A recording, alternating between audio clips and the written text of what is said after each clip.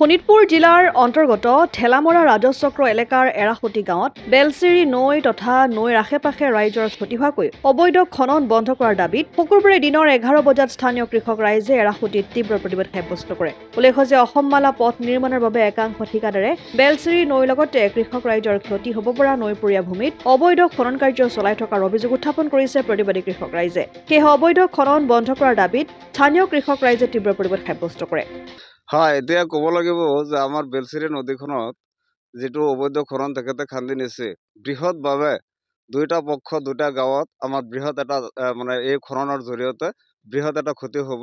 এই কাৰণে আমি ৰাইজে আজি আহি পেলাই ইয়াত আমি প্ৰতিবাদ সাব্যস্ত কৰিছো। আৰু মই এটা কথা ক'ব বিচাৰিছো, যিবিলাক ঠিকাদাৰে ইয়াত কাম কৰি আছে জোৰ জবস্তিকে ৰাইজৰ বাধাবিলাকো নামানে তেখেতে, কিন্তু গৰাখহনীয়াৰ সৃষ্টি হ'লে সেই সময়টোত কোনো ঠিকাদাৰ সেই সময়ত ওলাই নাহে। বিপদৰ সময়ত যিবিলাক দুখীয়া মানুহৰ ঘৰ দুৱাৰ ভাঙিব লগা হয়, সেই সময়ত আমাৰ এই এৰাবাৰীৰ ৰাইজবিলাকেই এইখিনি সমস্যা সমাধান কৰিব লগা হয়। গতিকে মই ঠিকাদাৰবিলাকক অনুৰোধ জনাইছোঁ যে আপোনালোকে অবৈধ খননটো বন্ধ কৰক, আৰু যিখিনি বেলচিৰি নদীৰ মাজমজিয়াত যদি আছে আপোনালোকে কাম কৰি আছে সেইখিনি আমাৰ ক'ব লগা নাই।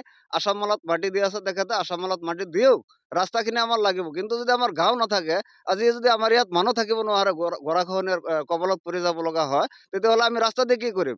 গতিকে আমি এইটো অনুৰোধ কৰিছো ঠিকাদাৰে যাতে কোনো নিজা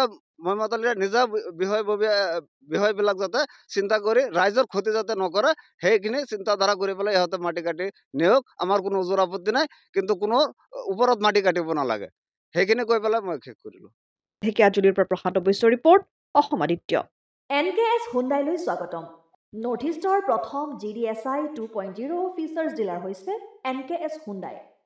অত্যাধুনিক সা সুবিধাৰে তৈয়াৰী most আপডেটেড হুণ্ডাই ডিলাৰ এতিয়া ডিব্ৰুগড়ত। আমাৰ NKS হুণ্ডাই ডিলাৰত open sales consulted room, customer ৰুমৰ লগতে পুৰণি গাড়ীৰ এক্সচেঞ্জ ফেচিলিটিও ৰখা হৈছে।